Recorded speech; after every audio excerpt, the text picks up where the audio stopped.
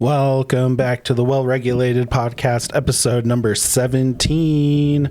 All right, got my old guest here, GE Outdoors, my cousin David here. How's it going, man? Good, thanks for having me. Yeah, of course, man. Anything new going on? No, it's just the same old. Same old. Did you have a good Father's Day? Oh, yeah. Yeah, I had a really good Father's Day weekend. Got to see the grandkids and the kids, so that was great. And Father's Day, just came home and rested. Nice. Yeah, I didn't do a lot either. Anyway, well, let's just get into it. So,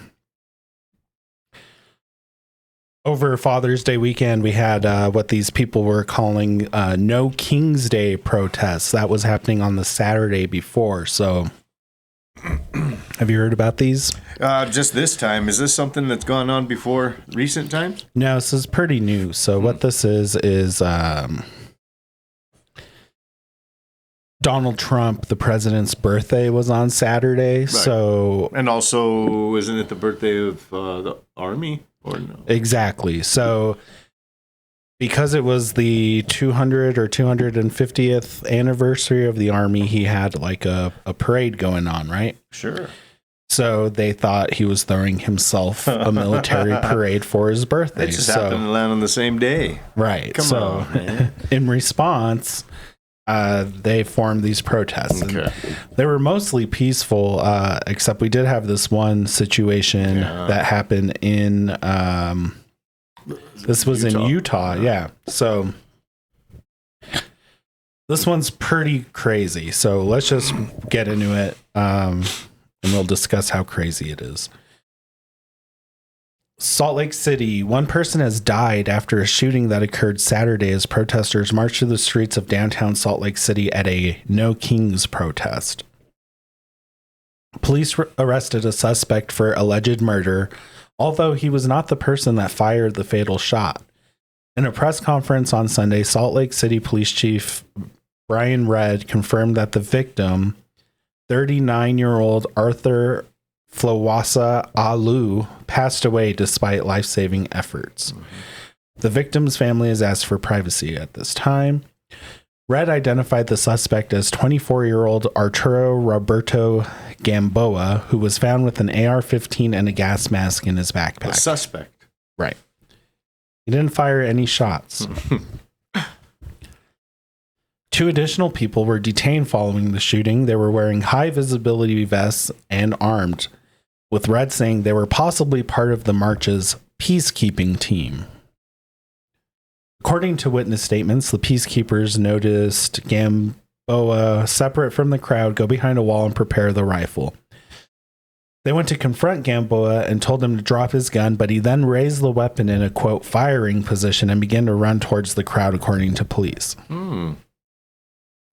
One of the peacekeeping members proceeded to fire 3 shots, striking both Gamboa and Alu.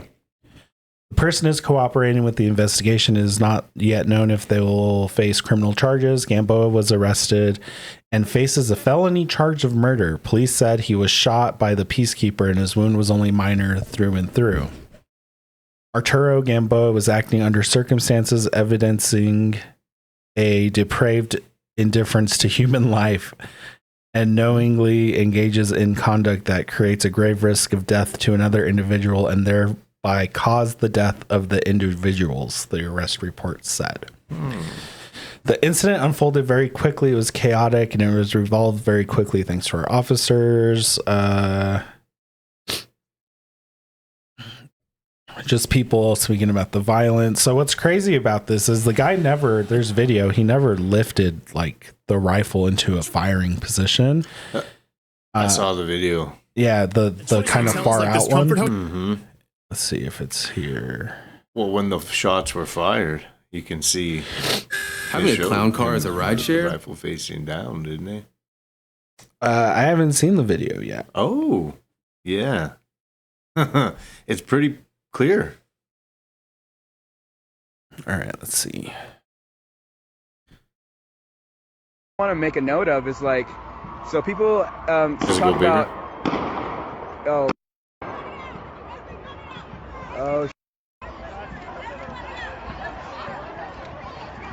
Okay.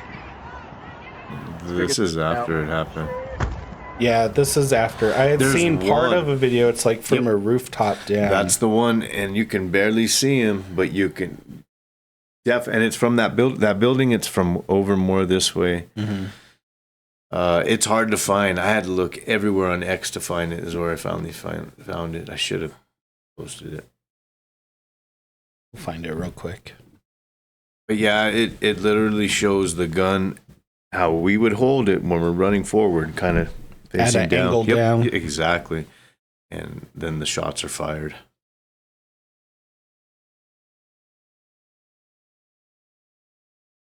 This one?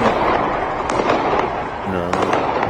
Yeah, it is this one. So as they pan, go back right there. So this is gonna be, if you go back a little bit, it's gonna be go forward I'm a going hair. to slow it down. Mm-hmm. We're going to go to 0.25. Okay, it's gonna be right here. Right there. That's him running right there. I believe. No, not yet. But it's gonna be right there in that area.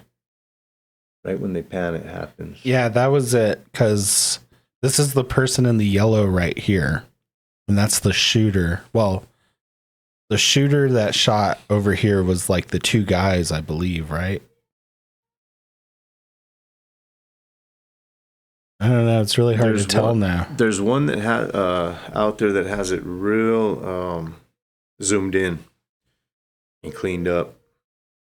But then again, that makes you wonder: is it AI? Right? Yeah, that's true. And yeah, that's wild. Yeah, there is one out there somewhere, but So there was a follow-up to this. 2 days after a bystander was shot and killed by a stray bullet at Saturday's No Kings protest, the Salt Lake City Police Department confirmed it is investigating the role of the peacekeeper who fired their weapon at the suspect, who faces the murder charge. Like, this is still ridiculous.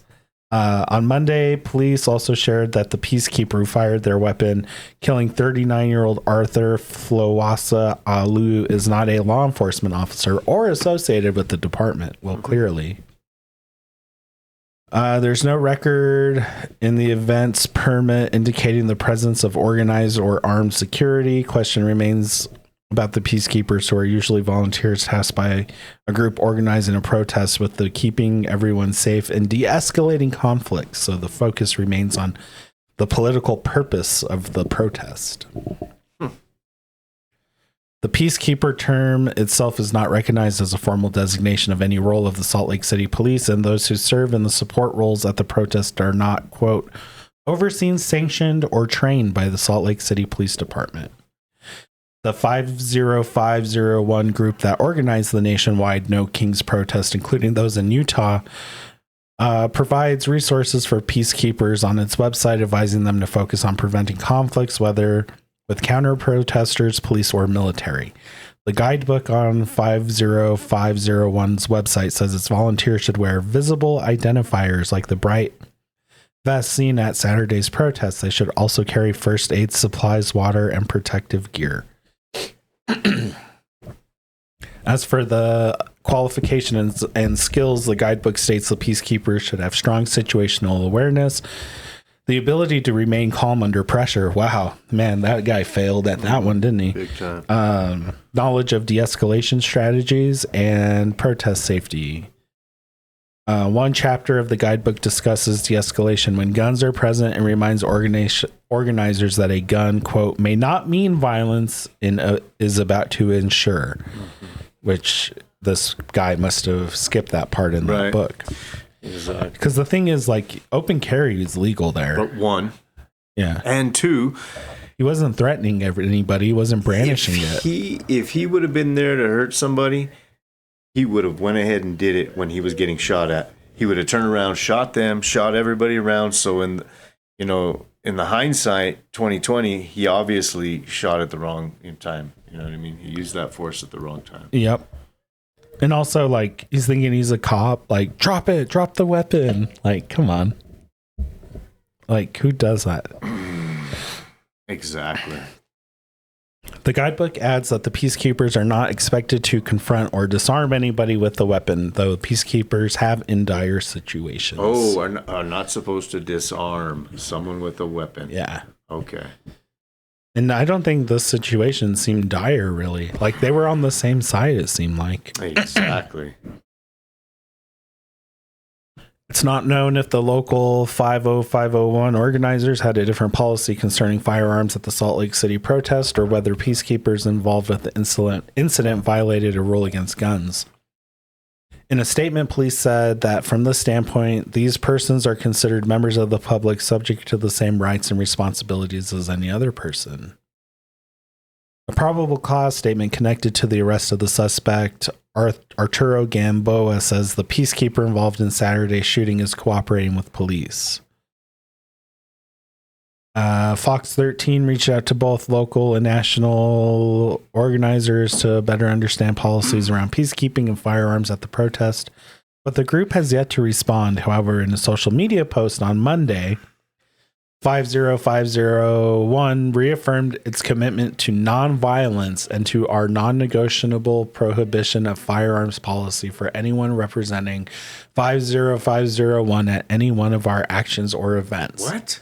So they say if you're representing us like as an organizer, like you can't have a gun. Right. Yeah. So I think they're just trying to distance themselves from this person. It is clear we do not have a complete understanding of what happened yet. What is certain is that if no guns were present at the protest, this tragedy would have been prevented altogether. And there is your anti-gun, ban all guns narrative right That's there at the bottom end. line. Thank you for There our it bottom is. line. Yeah.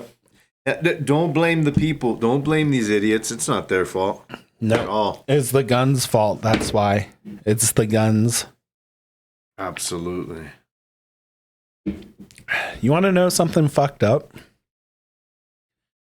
How is Donald Trump going to make the army have a parade on their own birthday, bro? He's not even going to give them the day off. Yeah. You know what I mean? Maybe these guys were right. Oh, man. I'm just kidding. That's a good one. Damn. Man, yeah, it's been a wild weekend, I guess. There hasn't really been anything developing with the like two people that are still at large who escaped the jail in New Orleans. They're still out there. Oh, really? On the run, yeah. We got some news here from this is from CBS News, like official.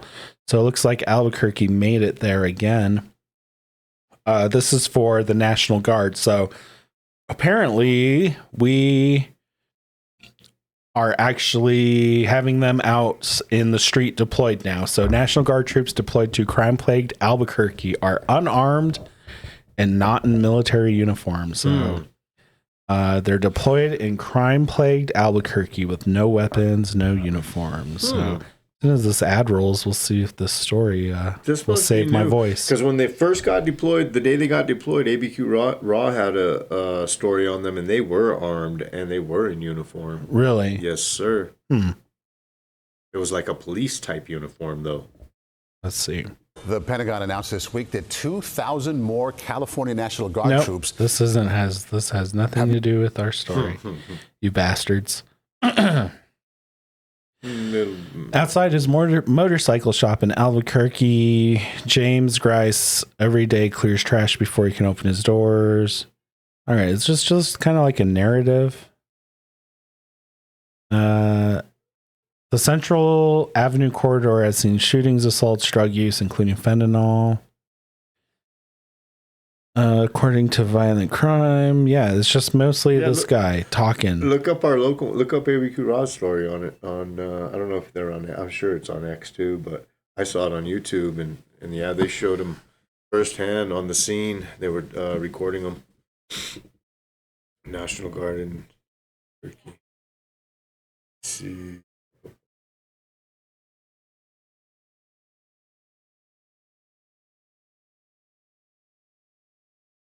So they're volunteer right there. National Guard push. New Mexico National Guard is now Yep, this is assisting what I want. APD. They've been they started last Thursday, so not quite a week just yet. They were initially doing some of the administrative video work, and they from? still are doing with our SHIELD unit 12 days. and processing evidence, that sort of thing.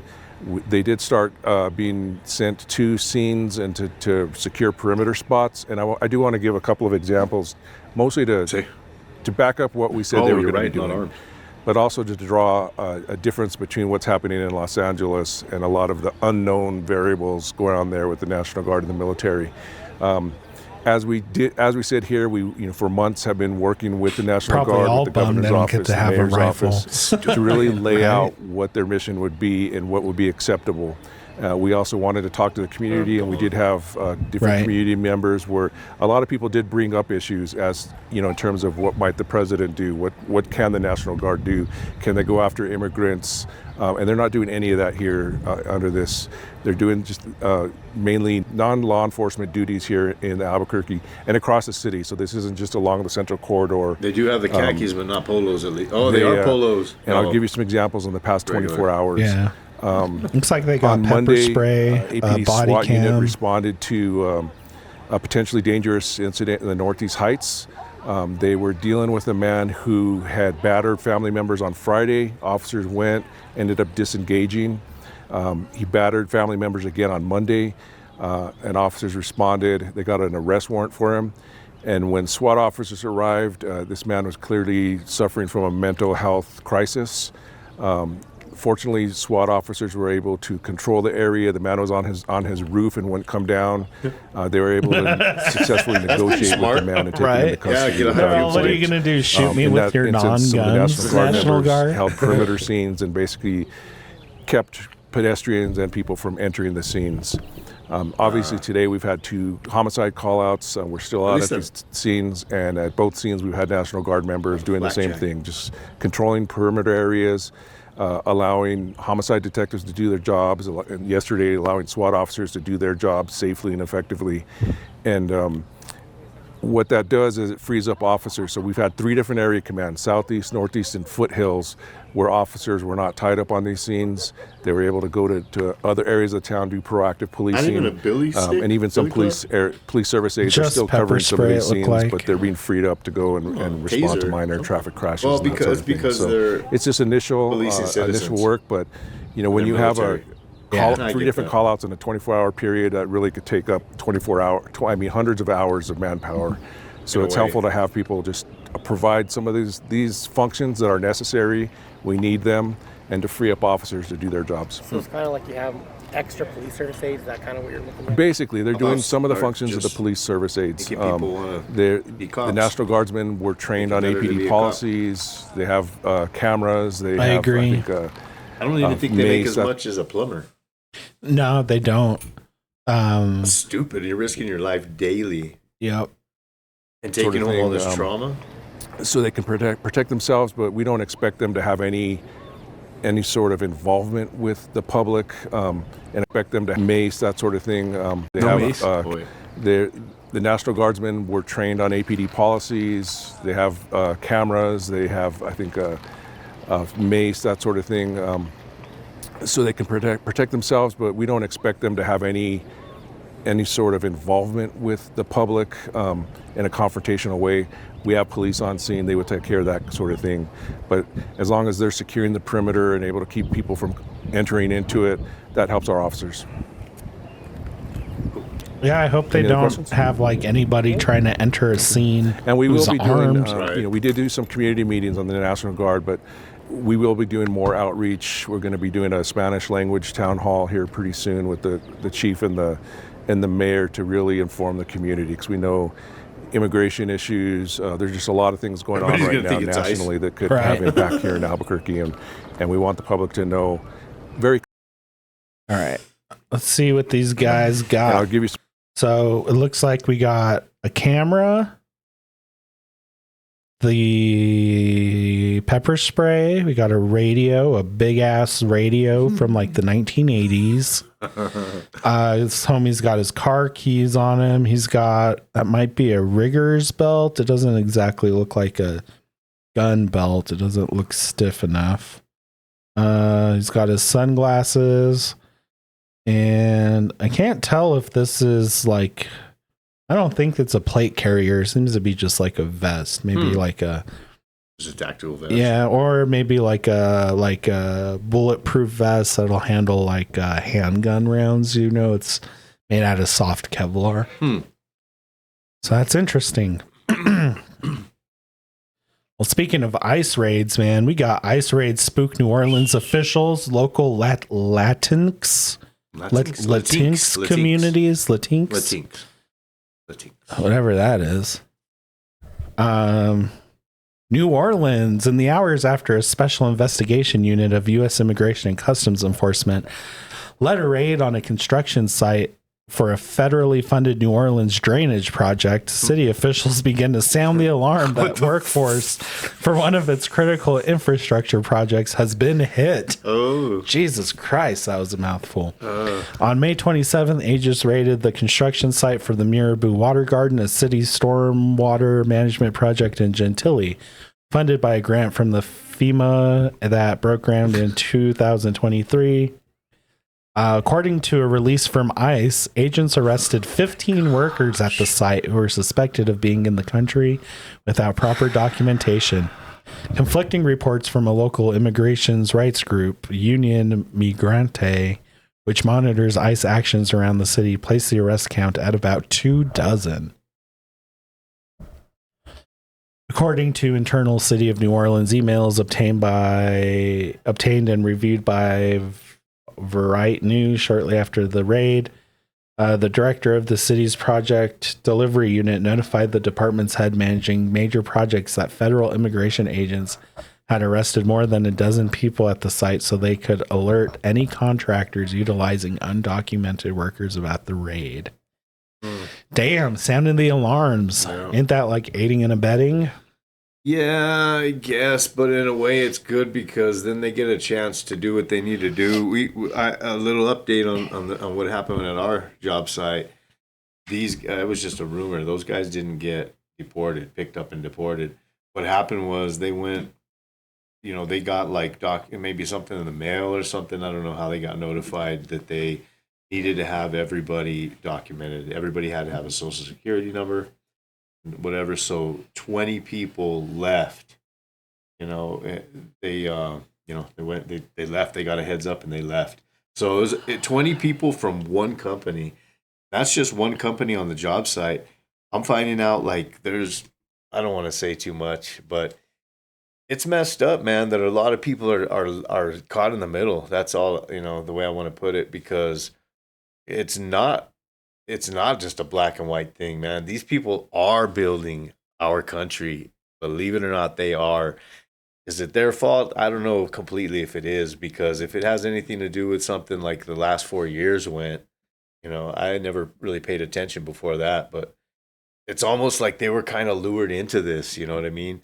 And there should be some type of an amnesty for the people that are building our country. Like right now, I'm not even going to say where I work right now because I don't want to hurt, I don't want anybody that's watching this to get any ideas, but. No, I get it. Like I work, it's definitely. They're good people, brother. They're really good people, man. I work like, I don't work directly like you do. Right. I work indirectly, but yeah, I mean they're worried. They're really worried right now. The way that it was started or sold was going after the criminals first. They should have started with the prisons and then go on to like the people in the gangs that are like taking over apartment complexes and stuff. But I kind of feel like they're just going for easy targets right now. Yep. And the easy targets are the people who are showing up to go to work. Yep. My stance on illegal immigration is still the same. Like, you're here illegally. You got to go back, do it the right way. What about the ones that were baited in though? I mean, They still had a choice, though. They did, and they were told, if you come here right now while we're in charge, you're going to be fine. You're legally fine here. And now they're telling them that they're not. Why aren't they like making a differential between the ones they're saying, okay, you've committed a crime in your country, we don't want you here. Okay, we don't have any record of crimes in our country or yours. You're working, let's go. Let's put you on a path. Yeah, like a path. I can agree with that, especially if you're working. Because I tried to stay like real cut and dry about it, and then I'm talking to people and I'm like, man, this is messed up. It is, but excuse me. I mean, I think it sucks for a lot of people, but that's the way it is. You have people who've been here for 25, 20 years, 15, 30 years, and that's more than enough time to figure it out. So do you think if this didn't happen over the past 4 years, this crisis we had with the millions coming in, the one that we don't even know what the number is, it's so bad. Do you think that if that didn't happen, we would have been at this point? Definitely not, because I think the issue right now is we had so many people coming over that it was hard to track, and a lot of people are assuming that the people that are coming over are Mexicans or South Americans or Latin Americans. Right. And they're not. You have a ton of Chinese, a ton of Syrians, you have a ton of Middle Easterns, a ton of Africans. You got about a 50%, I'd say, if I guess, of others. Right. And they're all men. They're all fighting age men. There are no women and children. Right. And then now you have like this strike that the president just did last night on Iran. And who's to say that they don't have a bunch of people already embedded in the United States around different areas that were just let in? Right. So I guess that's the argument for like a more strong border, not necessarily for like the deportations. But so do you think those people that are embedded from like these other countries, like, there's people planning attacks on us, guaranteed after what happened the last 4 years. Okay. So do you think those people are they've been here working for the past 20 years, putting into the system for the past 20 years? Those are the people that I'm talking about. Why are they getting caught up in it? Like you said, easy targets. Is that all it is? Well, they were going to get caught up in it eventually because they're still here illegally. But my question is, those people that you're talking about, they're getting targeted now because they're easy. They're showing up to work. Right. I can get them at work. Those people that you're talking about that should be targeted are not. Exactly. I guarantee they're not. But we were sold as like the president's like thing is we're going to get rid of the illegal immigrants, all these violent gangs and stuff. We're getting rid of those guys first. Right. Meanwhile, that's not necessarily the case. We see them going after these people that we work with that are showing up to work. And, they're easier targets. They don't put up resistance. I mean, they're showing up at like their hearings or their check-ins, and they're arresting them and deporting them. I mean, that's kind of like, that's too easy, like you do have that guy, Abrego Garcia. No, that's the wrong guy. Well, there's this guy that this judge like tried to hide away, and the cops were there to pick him up for his court date, but he had like violent like charges. That wouldn't make sense to me. He's a violent offender. Catch him when he goes to court, take him back. But exactly. They're doing it at like their green card status check-ins and shit like that, And that's Yeah, my girlfriend's mom lives in California. She said yesterday they showed up. Her mom said that they showed up at Target. At Target to raid them. I mean, it's just like you said, it's just everywhere. The easy places, I guess. Yeah. That's crazy. I mean, what's easier to raid, a Walmart or a Target or a Home Depot, a construction company, or like having to take a crew down to a hood into a complex and try to arrest like a gang? You know what I mean? Yeah. As long as your numbers still look good, right? Yeah. But we were talking about like the possible terrorists coming in. So today this happened. Let's get this going. So this was terrifying footage from inside a church in Wayne, Michigan. The moment a man rammed his car inside and then opened fire before being shot by a security guard. So let's start this over. A chorale in every day. And our songs helped do that, and so did our games. But that doesn't mean that we didn't have time for Bible stories, science experiments, snacks, and learning important Bible verses that the kids could take with them. We hope that after the service you'll stay and move around the foyer and let the kids tell you about the great treats we had this week, and have some Small too. church, it's not even Thank packed. you. Right. Hear that?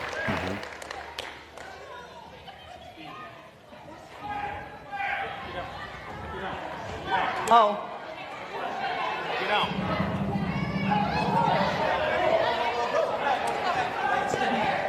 Come on, everybody to the back. Please, everybody is that? come Gunfire? to the back. Come to the back. Come, they Sounds gotta like come. it. They gotta come. Come on. Go. Not a gunfire. Sounded like an Out, I auto. don't think is a good idea. Come on here.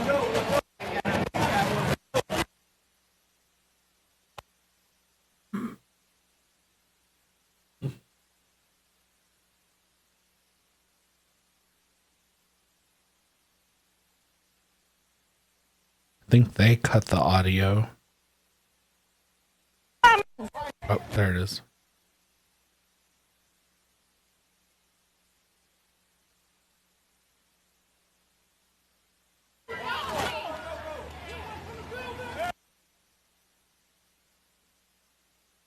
She's like, I was in the bathroom. What happened? I know.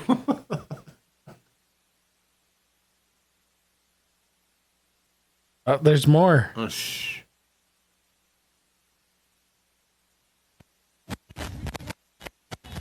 Bunch of.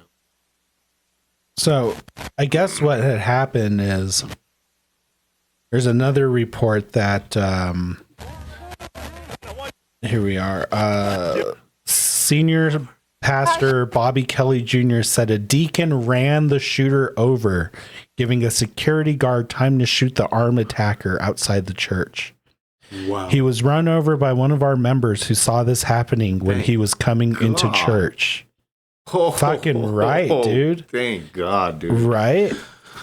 That That was The only lucky. thing better, yeah. The only thing better is he would have been packing. I mean, you got a car, just fucking boom, just smash a homie. All right, saw this already.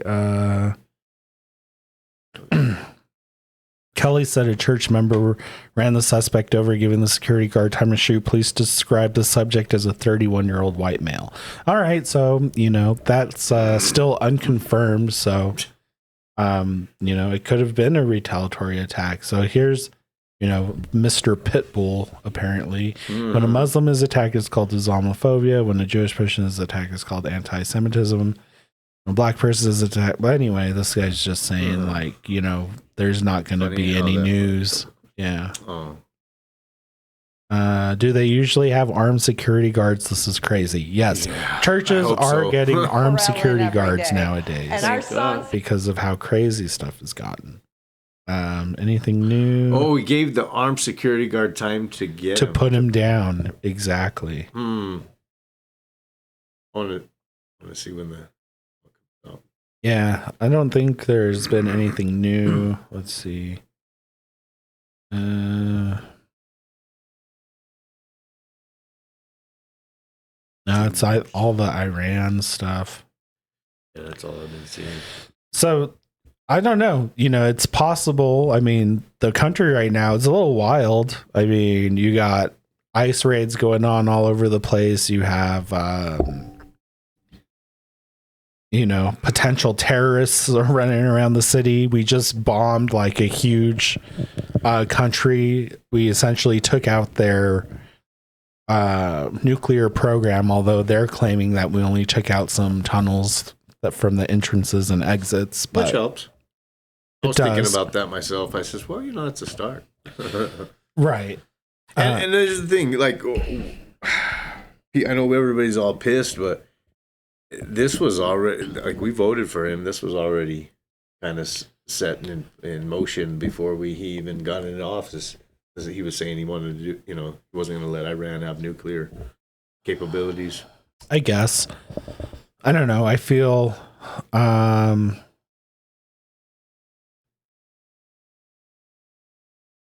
don't know. You ran on no new wars, and then you go bombing Iran on behalf of Israel for doing the exact same thing that Israel has done in the past already and now denies. You know what I mean? Yeah, but I don't know if you've seen the clips where they have like 30-minute videos of him saying nothing but Iran cannot have a nuclear weapon, cannot have a period. He ran on that. He said it for years. We voted for him. What did we think he's going to change his mind or not be the quick to judgment person he's always been? You know what I mean? And the way I was looking at it too, hopefully we won't get into a war. Hopefully we're able to take them out without getting into war. Of course, eventually it's going to turn into something more, but yeah, I just don't understand why like he even like cares, like this is all totally like pushed by Israel. Like what does it matter? They have the beef with Israel and we're like thrown in it because we support them. Israel couldn't have carried out the attacks on those nuclear facilities without the United States weaponry. Yeah. I don't know. It just doesn't make sense while we're doing all this on behalf of Israel.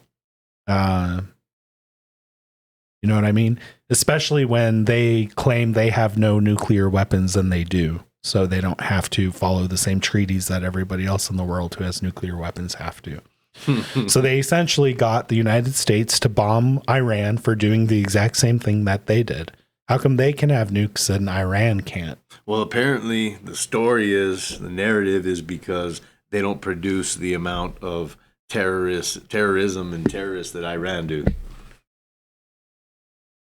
Iran produces the terrorists? That's what the narrative is. I mean, I kind of had this conversation like last night too, like with somebody who wasn't really like as informed. They were kind of said the same thing. Well, all the terrorism is produced by Iran. Not necessarily. Iran, they fund like certain organizations like the Houthis in Lebanon and Hamas and but that's like the same as the United States funding Israel, Except for the fact that Israel doesn't outright say, like Iran does, that they are against America. No, they don't say like death to America and stuff, but Israel has done like pretty fucked up shit to the United States. There was the USS Liberty attack where Israel attacked a United States ship. They spied on the United States and stole nuclear secrets, and built their own nuclear program with it. And then they deny that, but they have them. Well, that's going on regardless. Countries are doing that to us. Okay, sure. Then why is it okay for Israel and not Iran? Like I said, because they claim to be a friend. That's the narrative. That's the narrative that, they're outright saying that we are against America. So if they're going to get these nuclear, this nuclear capabilities, and they're outright saying we're going to come against America, why wouldn't we take them out preemptively? But did they say that though? I thought they were following like this agreement, this treaty, like to the T. Even a couple weeks ago, Tulsi Gabbard came out and said our intelligence says that they are not on the way to produce nuclear weapons. And then Trump said, well, I don't care what Tulsi Gabbard says. Yeah. I don't know. I just don't want to be caught up in another fucking Iraq, you know? And I like that they're using the same talking points, they're using the same narratives, and that's where I just fear this is going. I don't want to be stuck in the sandbox again. Yep. And it just causes more like domestic shit here happening, and that's just bad for everybody all the way around, Yeah, it'd be nice if we could just stay out of everything. Yeah, it would be awesome. Right. But it's not going to happen. Right. Anyway, I guess we'll kind of leave that one there.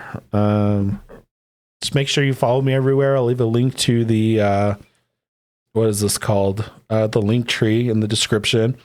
You can follow me on YouTube, Rumble, X, Instagram, all those fun places. You can leave a channel donation if you like, although don't feel obligated. Nobody has any money right now.